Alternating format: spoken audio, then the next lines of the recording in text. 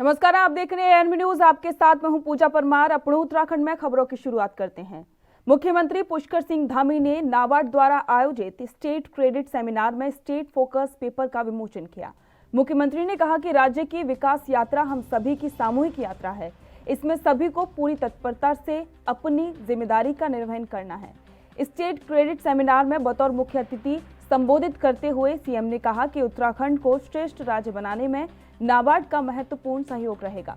प्रधानमंत्री नरेंद्र मोदी की प्रेरणा से वर्ष 2025 में उत्तराखंड को प्रत्येक क्षेत्र में श्रेष्ठ राज्य बनाने के लिए सभी को मिलकर काम करना होगा। मुख्यमंत्री ने कहा कि प्रदेश के विकास में नाबार्ड का महत्वपूर्ण योगदान है। आधारभूत संरचना से संबंधित योजनाओं के माध्यम से सड़कों, भंडारण व्यवस्था, पेयजल, सिंचाई आदि में सुधार हुआ है। विशेष रूप से प्राथमिकता प्राप्त क्षेत्रों को मजबूत करने और महिला स्वयं सहायता समूहों के माध्यम से आजीविका सृजन कर महिला सशक्तिकरण में भी नाबार्ड का योगदान रहा है।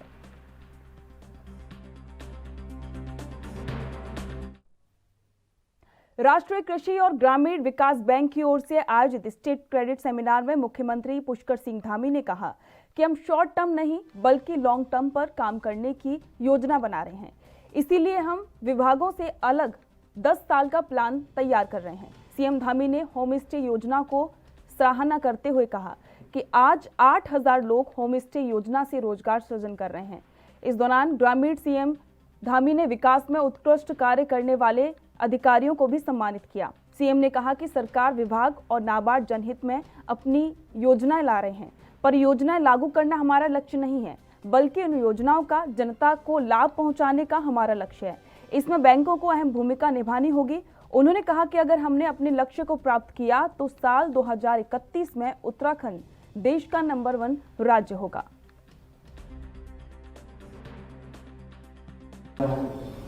शिक्षा का क्षेत्र हो, चिकित्सा का क्षेत्र हो, ग्रामीण मिशन का क्षेत्र हो, हमारा सड़कों का हो और जनहित का क्षेत्र हो, पर्यटन का हो, ऊर्जा का हो, चाहे कनेक्टिविटी का क्षेत्र हो, हर क्षेत्र में हमारी व्यवस्थाएं कैसे सबसे अच्छी हो, उसके लिए हमने सभी विभागों को, जितने भी हमारे विभाग हैं, उन सभी विभागों को हमने कहा है कि अपना एक रोड मैप अगले 10 सालों का हो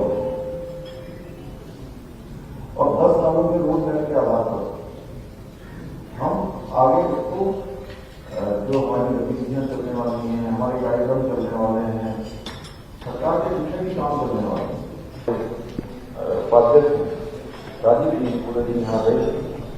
हमने 2 सेशनों में इस कार्यक्रम को चलाया। इसके पीछे हमारा हेतु है कि जो हमारा काम चल रहा है, हम लोग अपने अपने क्षेत्रों में बहुत अच्छा काम कर रहे हैं।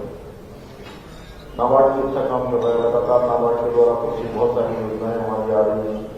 सेल्फ हेल्प ग्रुप को आप प्रमोट कर रहे हैं। सेल्फ हेल्प ग्रुप आज हमारे में मतलब स्वरोजगार का बहुत बड़ा काम उनके द्वारा होगा। हजारों में लाखों लोगों को सीधे सीधे रोजगार से लोग जोड़ रहे हैं। लेकिन उसके बावजूद भी क्योंकि बहुत सारा काम अभी हमें करना है, बहुत सारा काम हमारा बचा हुआ है और माननीय प्रधानमंत्री की भी अपेक्षा है कि जब हम अपने राज्य का राज्य स्थापना का हम 25वां वर्ष मना रहे हैं, रजत जयंती वर्ष मना रहे हैं, तो हम हिंदुस्तान के अग्रणी राज्यों में से एक राज्य बने, श्रेष्ठ राज्य बने। उस क्षेत्र में हमारी योजनाएं होने वाली है। एक तो रोजगार स्वरोजगार के क्षेत्र में हम काम कर सकते हैं और रोजगार स्वरोजगार के अलावा हमारी उत्तराखंड की संस्कृति को पूरे देश से आए हुए लोगों को उसको समझने का, जुड़ने का और अपनी संस्कृति को और जगह फैलाने का और जगह आगे ले जाने का भी एक सशक्त माध्यम हमारा होम स्टे है। और आज प्रदेश के अंदर 8000 लोग होम स्टे के माध्यम से रोजगार कर रहे हैं और हमारा लक्ष्य आने वाले वर्षों में होम स्टे हमारा एक बहुत सशक्त बने और सशक्त ही न बने, वो हमारी आर्थिकी का और यहाँ की इकोलॉजी और इकोनॉमी दोनों का समन्वय करते हुए एक मजबूत आधार स्तंभ हमारे राज्य का बने, उसके लिए हम काम कर रहे हैं। जो उद्देश्य है वो उद्देश्य हमारा पूरा हो जाता है। जो हमारा गणित है, जैसे आपने कहा है 28,500 कितना है, 28 करोड़ की ऋण योजना तैयार करेगी, लेकिन हमें जो है बैंकों को भी इसमें आगे आना होगा, हमारे जो डिपार्टमेंट हैं उनको भी आगे आना होगा, हमारे सेल्फ हेल्प ग्रुप है, जो लोगों ने अच्छा ज्ञान ले लिया है, अच्छी जानकारी ले ली है, उन सभी को आगे आना होगा। जब हम सभी आगे आएंगे तो निश्चित रूप से जो हमारा लक्ष्य है कि हम 2025 में श्रेष्ठ राज्य के रूप में जाने जाएंगे, तो मैं दावे के साथ।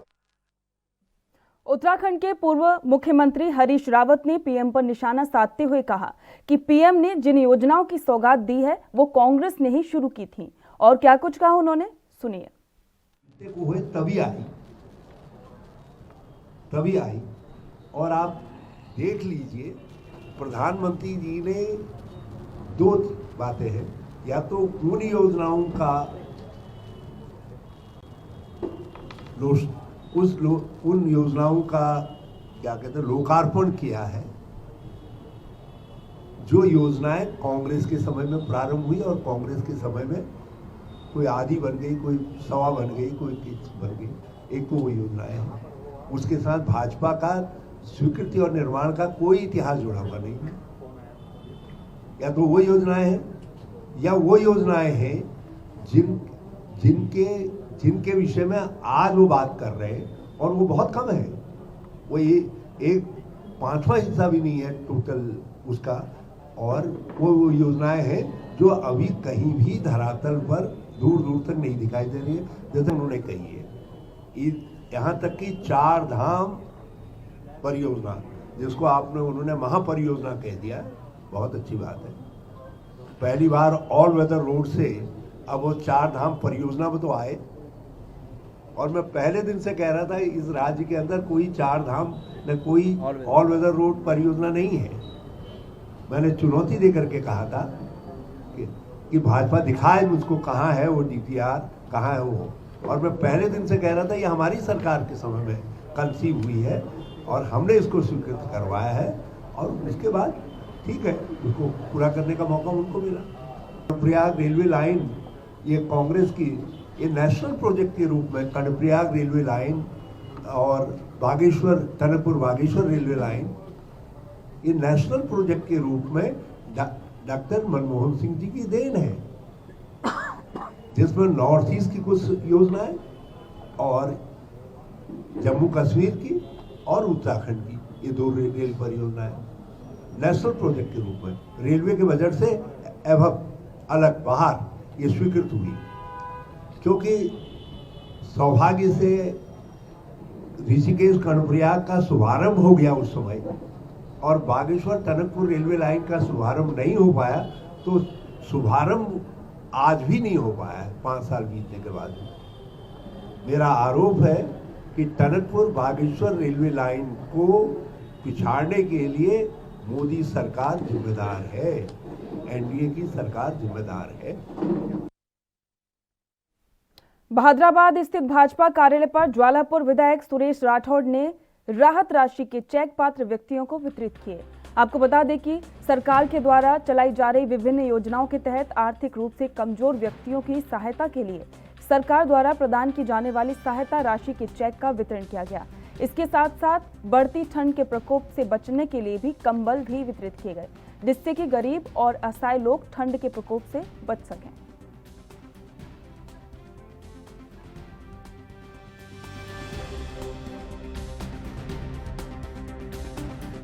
पिछहत्तर चेक दिए हैं जो निराश्रित गरीब कमज़ोर लोग हैं, माननीय मुख्यमंत्री उनको राहत दे देते हैं। ऐसे लोगों को राहत देने से दिल को भी खुशी होती है और सरकार भी चाहती है कि जो कहीं किसी कष्ट में है, बीमार में है, शादी है, विवाह है, तो उसमें हम सब लोग अपनी तरफ से सेवा भाव से माननीय मुख्यमंत्री से अपील करते हैं। मुख्यमंत्री जी कुछ उस पर अपना सहानुभूतिपूर्वक विचार करते हुए उन लोगों को सहायता देने का काम करते हैं। 75 चेक दिए गए हैं और सभी प्रसन्न हैं। माननीय मोदी जी और माननीय पुष्कर सिंह धामी की योजना को फलीभूत कर रहे हैं और सेवा का भाव प्रत्येक चेक की अलग अलग धनराशि है जिसकी आवश्यकता है अनुसार है। किसी को 5 है, किसी को 10 है, इससे भी ज़्यादा है। तो इतने भी बहुत हैं, जैसा हमारे पास उतना नहीं को चिल्ला काम। बहुत बढ़िया। हाँ। इससे पहले ही मिला कोई चेक? ना, किसी ने भी दिया ना। विधायक जी के बारे में कुछ कहना चाहोगे? हाँ, जो कहना कहेंगे और कहेंगे नहीं।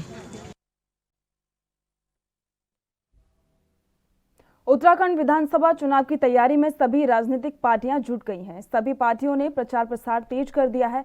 आम आदमी पार्टी भी प्रचार प्रसार में कोई कमी नहीं छोड़ना चाहती।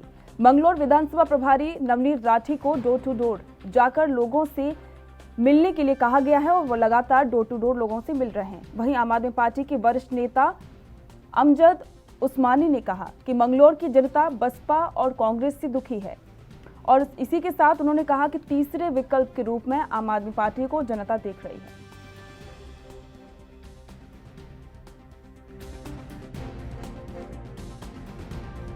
कल की तरफ जो हम कहते आए हैं, सब बहुत उम्मीद है वही अच्छी शिक्षा, अच्छी चिकित्सा और हमारे सब युवा भाइयों को रोजगार, जो मंगलौर हमारी पूरी विधानसभा जिन चीज़ों से त्रस्त है और बदलाव की ओर मंगलौर हर तरीके से तैयार है और देखने को मिल रहा है। मंगलौर में ये मंगलौर नगर जो है, ये मंगलौर विधानसभा का एक महत्वपूर्ण ब्लॉक है और यहाँ हमने घर घर जनसंपर्क का अभियान आज से शुरू किया है और आज हमने लगभग 300 घरों में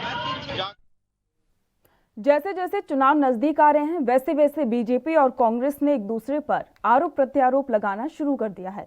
इसी क्रम में आज कोटद्वार विधानसभा कोटद्वार में बीजेपी कार्यकर्ताओं पदाधिकारियों ने नगर निगम मेयर द्वारा टैक्स बढ़ोतरी को लेकर कोटद्वार मेयर का पुतला फूंका और मेयर मुर्दाबाद के नारे लगाए। वहीं युवा मोर्चा जिलाध्यक्ष सौरभ नोडियाल का कहना है कि हमारी बीजेपी सरकार के द्वारा 10 साल तक कोई भी टैक्स वसूली नहीं किए जाने का प्रस्ताव अब भी जारी है, लेकिन कोटद्वार में मेयर जबरन टैक्स लागू करने पर आमादा है।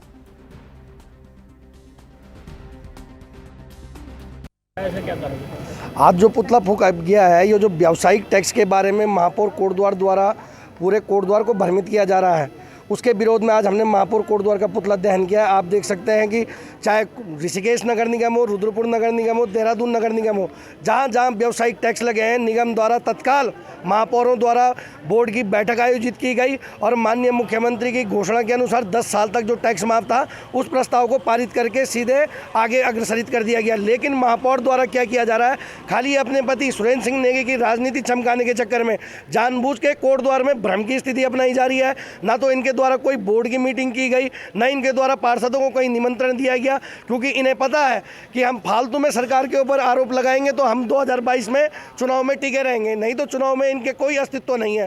तो महापौर महोदय केवल अपने पति सुरेंद्र सिंह नेगी जी के इशारों पे काम कर रही हैं, उनके अनुसार सरकार को बदनाम करने का कार्य कर रही हैं। और जो ये टैक्स है, टैक्स सरकार द्वारा माननीय मुख्यमंत्री जी द्वारा जो घोषणा की गई थी उसका प्रस्ताव बनाए ना, महापौर महोदय ने कितनी बोर्ड की मीटिंग बुलाई जब से ये व्यावसायिक टैक्स लगाए। तो इस बात का हमारा विरोध है कि महापौर द्वारा कोटद्वार को भ्रम में फंसाया जा रहा है और कोटद्वार के व्यवसायियों को भारतीय जनता पार्टी। कांग्रेस ने बीजेपी सरकार के द्वारा नगर निगम में टैक्स बढ़ोतरी को लेकर आज कोटद्वार कांग्रेस ने भाजपा सरकार और क्षेत्रीय विधायक के खिलाफ नारे लगाते हुए बीजेपी सरकार का पुतला फूंका। कांग्रेस का कहना है कि बीजेपी सरकार द्वारा पहले कोटद्वार पर नगर निगम थोप दिया गया था और फिर बीजेपी सरकार द्वारा ये कहा गया था कि नगर निगम बनने के बाद 10 सालों तक कोई भी टैक्स वसूला नहीं जाएगा। वहीं व्यापारियों का कहना है कि जिस प्रकार से चुनाव नजदीक आ रहे हैं और सरकार द्वारा हमारे ऊपर टैक्स लगाया जा रहा है, ये सरकार द्वारा व्यापारियों का दोहन किया जा रहा है। द्वारा पहले तक जबरदस्ती कोटद्वार नगर में थोपा गया, जब नगर निगम थोपा गया था तो ये एक बात कही थी कि अगले 10 सालों तक कोटद्वार की जनता से कोई भी तरह का किसी भी तरह का टैक्स वसूल नहीं किया जाएगा नया कर। आज भारतीय जनता पार्टी की सरकार, जो राज्य सरकार है, यहाँ क्षेत्रीय मंत्री हैं, यहाँ पर जो यहाँ के विधायक भी हैं, उनके द्वारा बराबर जो है निगम के द्वारा वहाँ से ऑर्डर पास करके गजट लाकर जनता पर टैक्स थोपा जा रहा है। हम भी उस टैक्स का पुरजोर विरोध कर रहे हैं। हम किसी भी कीमत पर कोटद्वार की जनता का पर कोई भी टैक्स नहीं लगने देंगे। इसलिए हमने आज कोटद्वार में क्षेत्रीय विधायक का भाजपा सरकार का पुतला फूंका है और हम किसी भी कीमत, हम चाहे हमें सड़कों पर आना पड़े, हम किसी भी कीमत पर कोटद्वार की जनता में कोई। उत्तराखंड के राजनीतिक गलियारे इन दिनों सर्द मौसम में भी गर्म नजर आ रहे हैं। जैसे जैसे विधानसभा के चुनाव नजदीक आ रहे हैं, वैसे वैसे राजनीतिक दलों में आरोप प्रत्यारोप और छींटाकशी भी तेज हो गई है। ताजा मामला जनपद उत्तरकाशी का है, जहां उत्तरकाशी जिले के तमाम पदाधिकारी इसलिए नाराज हैं कि पूर्व में वित्तीय अनियमितताओं के गंभीर आरोपों का सामना करने वाले जिला पंचायत अध्यक्ष दीपक विजलवाल को कांग्रेस अलाकमान ने पार्टी में शामिल करने की कवायद शुरू कर दी है। ऐसे में जिले के तमाम पदाधिकारियों में आक्रोश उत्पन्न हो गया है और उन्होंने सामूहिक इस्तीफे की पेशकश भी डाल दी है। लिहाजा कांग्रेस के लिए ये कदम आगामी चुनाव में भारी भी पड़ सकता है और दूसरी ओर ये भी स्पष्ट होता जा रहा है कि कांग्रेस में भी गुटबाजी चरम पर है।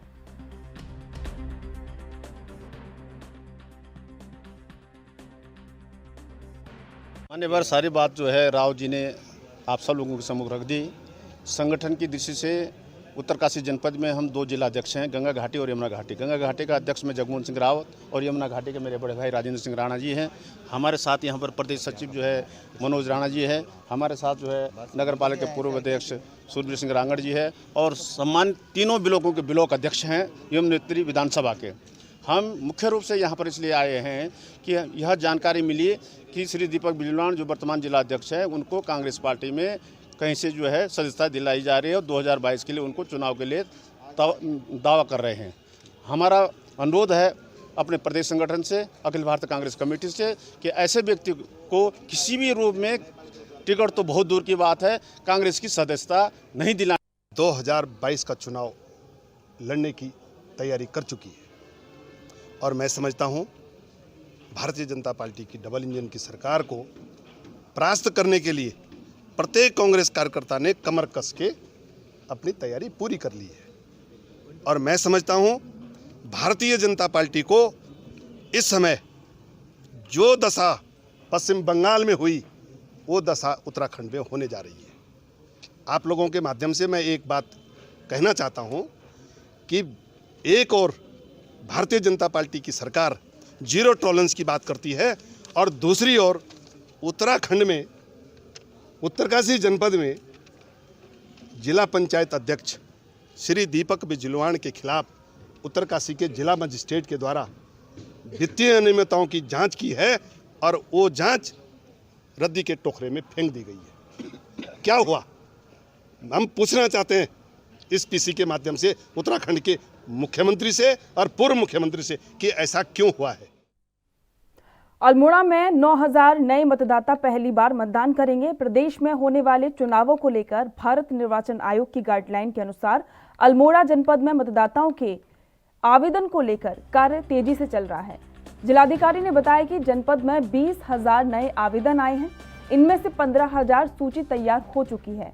इसमें से इस साल 9000 नए मतदाता जो पहली बार मतदान करेंगे और जनपद में कोई भी बूथ समाप्त नहीं हुआ है। 2011 की जनगणना के अनुसार सभी बूथों में मतदाता हैं। हमारे यहाँ ऐसा कोई नया गैराबाद गांव अभी कोई सर्वे और रिपोर्टिंग नहीं हुआ है। 96 गैराबाद राजस्व ग्राम 2011 की जनगणना के अनुसार है। ऐसा कोई भी बूथ जनपद में नहीं है जिसकी पूरी मतदाता सूची निरस्त हुई हो या कोई बूथ को पूरा का पूरा मतदाताओं के अभाव में समाप्त कर दिया गया हो। ईसीआई की जो गाइडलाइंस हैं वोटर संख्या के आधार पर बूथ बनाने की, उसके अनुसार पिछले लोकसभा निर्वाचन से 35 बूथों की संख्या जनपद में बढ़कर कुल बूथ 911 हो गए हैं। अभी तक मैम कितने नए मतदाता? अभी हमारे जो टोटल फॉर्म्स प्राप्त हुए हैं जनपद में पुनरीक्षण अभियान के दौरान वो 20,000 से अधिक हैं। उसमें से लगभग हमारे जो नए मतदाता के लिए फॉर्म 6 और नए कार्ड बनाने के लिए जो फॉर्म्स प्राप्त हुए हैं वो 15,000 के आसपास हैं। इनमें लगभग 9,000 लोग ऐसे हैं जो नववर्ष को लेकर अल्मोड़ा जनपद के पर्यटन व्यवसायियों के चेहरों में रौनक बढ़ने लगी है।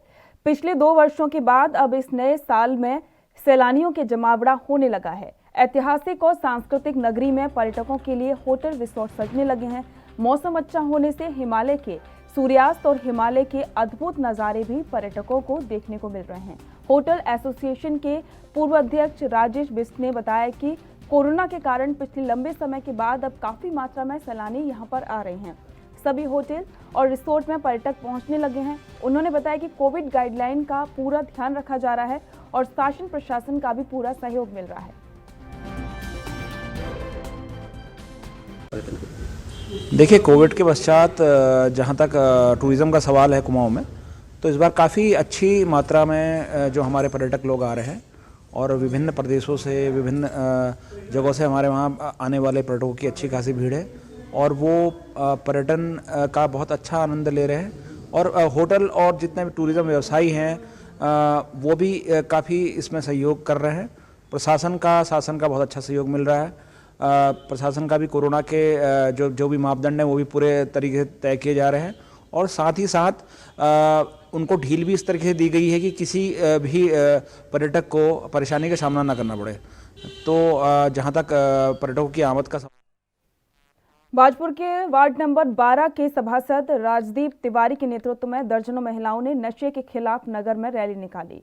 इस दौरान महिलाओं ने बाजपुर कोतवाली पहुंचकर पुलिस प्रशासन से नशे पर रोक लगाने की मांग की और जल्द ही मांग पूरी न होने पर आंदोलन की भी चेतावनी दी।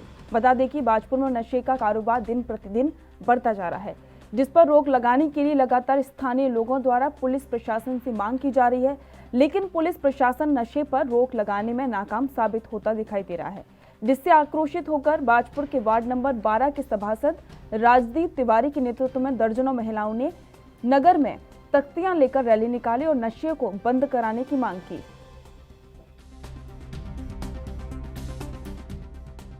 सर, हमारे यहाँ तो आधे से ज़्यादा लोगों के घर बर्बाद हो चुके हैं और बाकी हैं वो भी बर्बादी की कगार पर हैं, क्योंकि महिलाएं बहुत ज़्यादा परेशान हो चुकी हैं। उनके पति हैं, काम करते नहीं है, नशे के लिए चाहिए। कच्ची शराब तो एक बार को सस्ती मिल जाती है, लेकिन स्मैक तो महंगी मिलती है। उसके लिए वो क्या करते हैं, घरों का सामान बेच रहे हैं, चोरी कर रहे हैं। जैसे सर ने बताया था अभी, वहाँ पे महिलाओं का शाम को निकलना मुश्किल हो गया है। पहले ऐसा नहीं था, महिलाएं आराम से आ जा सकती थी, लेकिन अब उन्हें डर लगा रहता है कहीं कोई उनका मोबाइल ना छीन ले, कोई पर्स ना छीन ले, कोई उनके साथ बदतमीजी ना करे, तो इस चीज़ का उन्हें डर रहता है। इनमें आज जो है सारी महिलाएं घर से बाहर निकली हैं, मजबूरी में निकली हैं। सर, खराब हो चुका है कच्ची शराब और स्मैक को लेकर। आज महिलाएं सारी एकत्रित हुई हैं, थाने का घेराव करा है और अपनी क्या कहते हैं ज्ञापन उन्होंने दिया है। और वाहन एवं खनन प्रबंधन समिति ने सितारगंज उप जिलाधिकारी को ज्ञापन सौंपा। वहीं ज्ञापन में कहा गया है कि नादौर नदी के गेट खुलते हुए 15 से 20 दिन हो गए हैं, लेकिन क्रैशर मालिक आज तक नदी के आरबीएम का उचित रेट नहीं दे रहे हैं। साथ ही लिखा गया है कि जो भाड़ा 3 साल पहले था वही भाड़ा आज भी खोला गया है, जबकि diesel, driver, labour, spare part और टायर सब महंगे हो गए हैं और डीजल के दाम पिछले सालों के मुकाबले 27 रुपए महंगा हो गया है। ये ओवरलोडिंग बंद करो पट्टों की, जो पैसे लोगों के इतने वाहन स्वामी मारे जा रहे हैं। अभी तक नंदौर को 20 दिन हो गए खुले हुए, अभी तक एक भी गाड़ी अंदर नहीं गई है और हर आदमी परेशान है, क्योंकि जो सोनकिशोर वाले हैं ये हमसे माल लेने को तैयार नहीं, क्योंकि इनको फ्री का माल मिल रहा है और इस वजह से ये परेशान हम लोगों को कर रहे हैं। और हम बार बार इन लोगों से बात कर रहे हैं कि हम लोगों को रेट अच्छे दो। पिछली बार जो 2-3 साल से 27+2 खोल रहे थे वही खोला इन्होंने, मगर हम लोगों को मंजूर नहीं है और हम बिल्कुल भी तैयार नहीं इस बात को। हमने एसडीएम साहब से यही बात कही कि ओवरलोडिंग बंद करो तो हम लोगों का भी ये रेट बढ़ेगा। समिति से हैं लोग, तो इनका कहना है कि जो है जो वाहन है वो ओवरलोड के कारण इनके वाहनों को जो इनके द्वारा मांगा जा रहा है उस पर जो सोनकिशोर स्वामी है वो सहमत नहीं है। उसी के विरोध के रूप में लोगों द्वारा एक ज्ञापन सौंपा गया है और इनका कहना है कि जो ओवरलोडिंग है वो रोकी जाए। इसमें मैं आपको बताना चाहूँगा कि हमारे द्वारा इसी महीने लगभग 30 से भी अधिक वाहन जो है ओवरलोडिंग। बाजपुर कोतवाली पुलिस ने गोलीकांड में फरार चल रहे आरोपियों के घरों पर न्यायालय के आदेश पर नोटिस चस्पा किए। इस दौरान पुलिस प्रशासन ने ढोल नगाड़े बजाकर मुनादी करते हुए लोगों से आरोपियों के दिखाई देने पर पुलिस को सूचित करने की अपील की है। बता दें कि बाजपुर के ग्राम रहटा में बीते दिनों 2 पक्षों में जमकर फायरिंग हुई थी। इसके बाद दोनों पक्षों ने पुलिस को तहरीर देकर कार्रवाई करने की मांग की थी, जिसमें पुलिस ने कार्रवाई करते हुए एक पक्ष के 3 आरोपियों को गिरफ्तार कर न्यायालय भेज दिया है, जबकि दूसरे पक्ष के कृपाल सिंह, सुखदेव सिंह और मोहम्मद सफी पुलिस की गिरफ्त से फरार चल रहे हैं। फरार आरोपियों की गिरफ्तारी को लेकर पुलिस प्रशासन द्वारा लगातार दबिश भी दी जा रही है, लेकिन आरोपी पुलिस की गिरफ्त से अभी भी फरार हैं, जिसके चलते पुलिस ने न्यायालय के आदेश पर फरार तीनों आरोपियों के घरों पर ढोल नगाड़ों के साथ नोटिस चस्पा किए। ये एक्चुअल में नोटिस के साथ साथ उद्घोषणा है, एक प्रोसीजर है। नॉन अवेलेबल वारंट लिया गया पहले इस केस में, उसके बाद 82 CRPC के तहत माननीय न्यायालय से आदेश प्राप्त करके अभियुक्त जो फरार है, लगातार फरार है, इन अभियुक्त गणों के जो रेजिडेंस है उस पर चस्पा की गई है। अभी नामजद 3 हैं, तीनों आरोपियों के खिलाफ माननीय न्यायालय से आदेशिका प्राप्त की गई है 82 CRPC की। इसके बाद 83 CRPC की। हल्द्वानी के गौलापार स्थित सर्किट हाउस में जिला विकास समन्वयक और निगरानी समिति दिशा नैनीताल के तत्वाधान में बैठक की गई। बैठक की अध्यक्षता नैनीताल लोकसभा के सांसद और केंद्रीय रक्षा राज्य मंत्री अजय भट्ट ने की। तो बैठक में नैनीताल जिले के जिलाधिकारी और जिला पंचायत अध्यक्ष और सभी विभागों के अधिकारी मौजूद रहे। बता दें कि दिशा के अंतर्गत सभी विभागों को प्रगति रिपोर्ट, बजट और समस्याओं की समीक्षावार अध्ययन किया गया। तो वहीं बैठक को लेकर लोकसभा सांसद अजय भट्ट का कहना है कि सभी विभाग अच्छे कार्य कर रहे हैं और कुछ एक जगहों पर छोटी मोटी खामियां हैं, जिनके लिए जिलाधिकारी के माध्यम से उन्हें निर्देशित किया जा रहा है।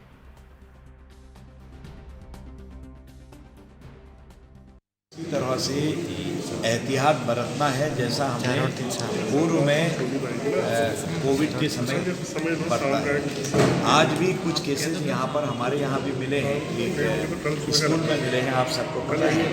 तो इससे चिंता बढ़ती है और अभी तक ओमिक्रॉन से एक मौत भी देश में हो गई है।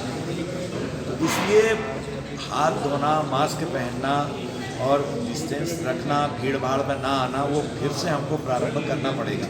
जैसे हमारे यहाँ पर नाइट कर्फ्यू लग चुका है तो काफ़ी बचत हो जाएगी। अब 31 मनाने के लिए लोग जैसे पहले से जाते थे, उनको नए साल की जो आनंद नया वर्ष है, हमारा कामकाजी नया वर्ष है, उसकी हम शुभकामनाएं देते हैं, लेकिन साथ में प्रार्थना भी करते हैं कि आज उसी तरह से जैसे पहले जाते थे हम, रात भर डेक बजता था, नाचते थे, संस्कृति के गाने। और इसी के साथ अपनों उत्तराखंड में फिलहाल इतना ही। देखते रहिए ANB न्यूज़। नमस्कार।